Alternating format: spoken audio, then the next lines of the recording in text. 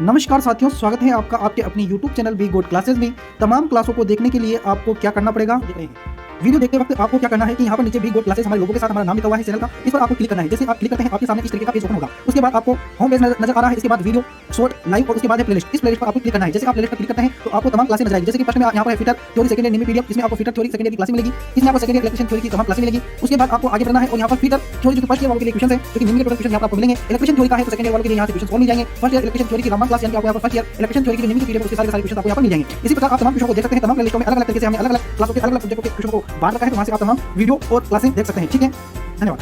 के ITI first year electrician theory में अगर बैक है तो आपके लिए यह क्लास बहुत फ़ायदेमंद रहेगी।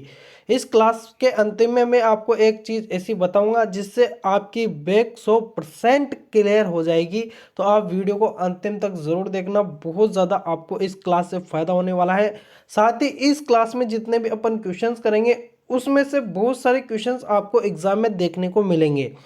बहुत सारे ऐसे क्वेश्चंस रहेंगे जो आपको same to same copy to copy नज़र आएंगे, इसलिए आप इस क्लास को अंतिम तक ज़रूर देख लेना।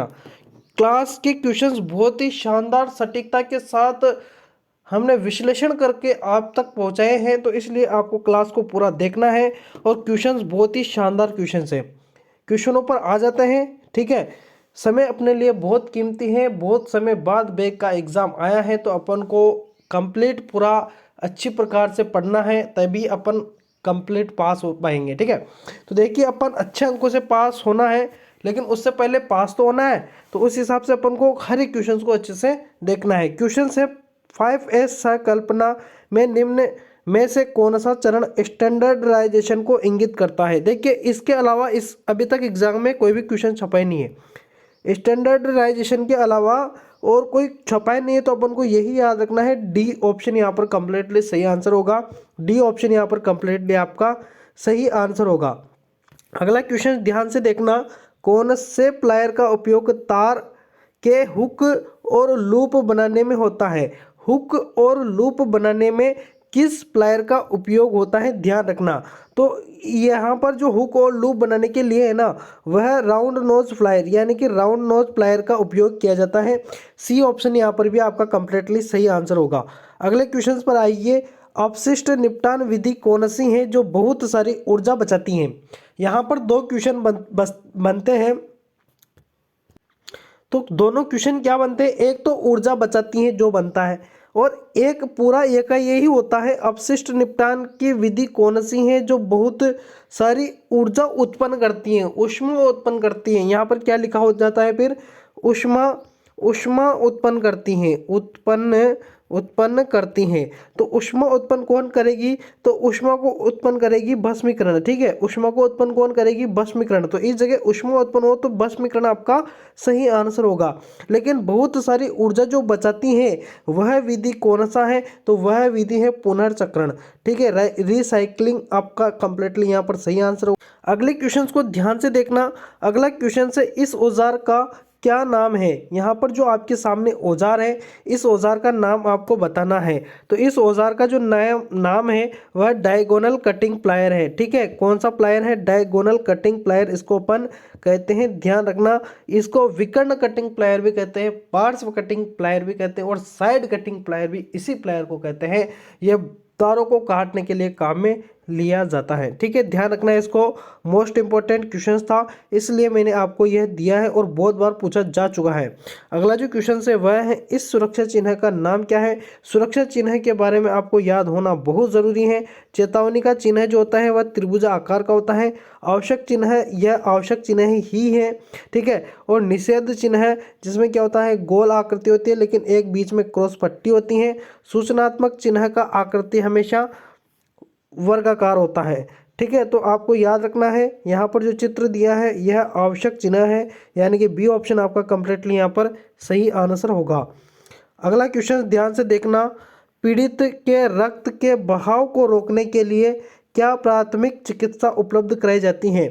कोई भी पीड़ित व्यक्ति हो, ठीक है, उसका रक्त बह रहा है, जहाँ पर चोट लगी है वहाँ से रक्त बह रहा है, तो आप प्राथमिक चिकित्सा क्या करोगे, मतलब कि उसी टाइम पर आप वहाँ पर क्या उसका उपचार करोगे, तो आपको क्या करना है, चोट लगे हुए भाग को क्या करना है, दबाना है, यानी कि जो खून बह रहा है उस जगह दबाव डालना है ताकि वो खून बाहर ना निकले। ठीक है, अपन हॉस्पिटल ले जाने से पहले ये क्रियाएं करते हैं। ठीक है, ध्यान रखना इनको। अगला क्वेश्चन आपके सामने है जो कि बहुत ही शानदार है। एक टेनन आरी के कुंद दांतों को तेज करने के लिए किस रेती का उपयोग किया जाता है। जो रेतियाँ होती हैं उनको काम में लेने पर दांतें उनके क्या हो जाते हैं, घिस जाते हैं, फिर वह वर्क ढंग से नहीं कर पाती, इसलिए उनको धार करने के लिए वापस से अपन किस रेती का प्रयोग करते हैं। तो उसके लिए जिस रेती का प्रयोग करते हैं वह त्रिभुजाकार रेती होती है। ठीक है, ट्रायंगुलर फाइल होती हैं। सी ऑप्शन आपका यहाँ पर कंप्लीटली सही आंसर होगा। अगला question very very most important है। एक क्वेश्चन इसी प्रकार का बनता है, BIS का पूरा नाम क्या होता है। तो BIS का पूरा नाम ब्यूरो ऑफ इंडियन स्टैंडर्ड होता है। ठीक है, ये आप ध्यान रखना, ब्यूरो ऑफ इंडियन स्टैंडर्ड। लेकिन यहाँ पर XLPE का भी पूरा नाम पूछ लेते हैं। एक साथ ही एक और नाम पूछते हैं, PVC का पूरा नाम क्या होता है। PVC का पॉलीविनाइल क्लोराइड होता है, ये भी आप ध्यान रखना। ठीक है, XLPE का पूर्ण रूप क्या है, तो इसका क्रॉस लिंक्ड पॉलीएथिलीन होता है, यानी कि सी ऑप्शन में आपका कंप्लीटली सही आंसर दिया गया है। तो सी ऑप्शन आपका यहाँ पर कंप्लीटली सही आंसर होगा। अगले क्वेश्चंस पर आइए। अगले क्वेश्चंस के बारे में ध्यान रखना, कुचालक प्रतिरोध की इकाई क्या है।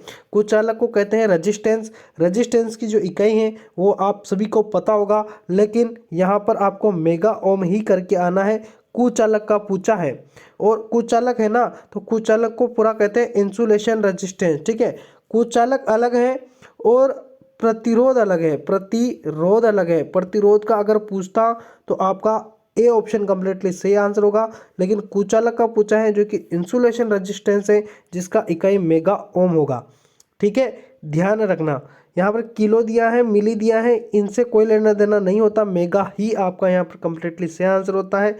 इसको मापने के लिए अपन मेगर का प्रयोग करते हैं, ध्यान रखना, ये भी आप याद रखना। ये एक्स्ट्रा चीज़ें हैं, ये भी क्वेश्चंस में आपसे पूछी जा सकती हैं, लेकिन जो मेन है वो तो मैं आपको बता ही रहा हूँ। अगले क्वेश्चन को ध्यान से देखना। अगला क्वेश्चन है, इस भूमिगत केबल में एक्स से इंगित भाग का नाम बताइए। यहाँ पर एक्स से इंगित भाग का बताना है। इसको आप इस तरीके से याद रख सकते हो, सिम्भास। सिम्बास से याद रख सकते हो। सिम्बास कहने सी यानी कि क्या होता है, कंडक्टर होता है, कंडक्टर। तो सिम्बास का सी क्या है, कंडक्टर है। तो कंडक्टर इनमें से क्या है, कंडक्टर इनमें से क्या है, तो कंडक्टर ये वाला है। ठीक है, फर्स्ट कंडक्टर है।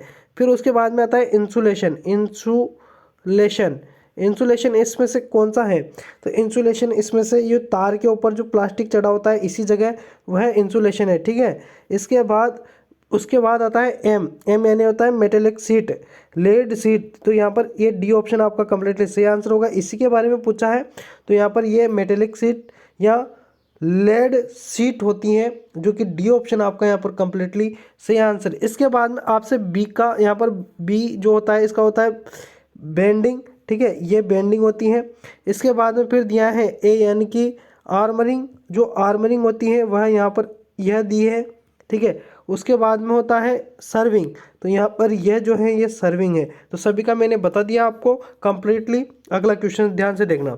अगला क्वेश्चन से एल्यूमिनियम चालक की चालकता का क्या मान है। एल्यूमिनियम चालक की चालकता का क्या मान है, यह आपसे पूछा है। तो इसका जो आंसर होगा, ध्यान रखना, इसको रट लेना आप, 35 मो प्रति मीटर। इसको आप कंप्लीटली सही आंसर इसको रट लेना। ठीक है, अगले क्वेश्चन पर आते हैं। अगला क्वेश्चन जो है, इस औजार का क्या नाम है। इस औजार का नाम क्रिपिंग टूल होता है, ध्यान रखना, क्रिपिंग टूल है, इसको ध्यान रखना आप। ठीक है, इसको तो आप जरूर याद रखना। अगले क्वेश्चन को ध्यान से देखना। बिजली की मात्रा की इकाई क्या है। बिजली की मात्रा के लिए इकाई क्या है।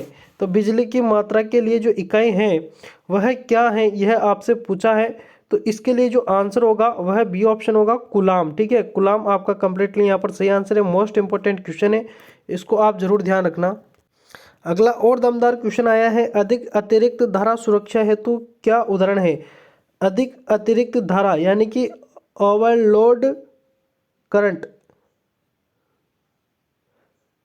तो इसका आंसर क्या होगा, ध्यान से देखना, क्वेश्चंस को ध्यान से देखना। इसका आंसर होगा पुनः तार बांधने योग्य फ्यूज इकाई। ठीक है, अधिक अतिरिक्त धारा सुरक्षा हेतु क्या उदाहरण है? तो उसके लिए आप रिवाइबल टाइप फ्यूज यूनिट्स आपका यहाँ पर कंप्लीटली सही आंसर। अगले क्वेश्चंस पर आते हैं जो कि है 200 वाट 240 वोल्ट के दो लैंप 240 वोल्ट आपूर्ति से श्रेणी में जुड़े हुए हैं, तो कुल शक्ति ज्ञात कीजिए।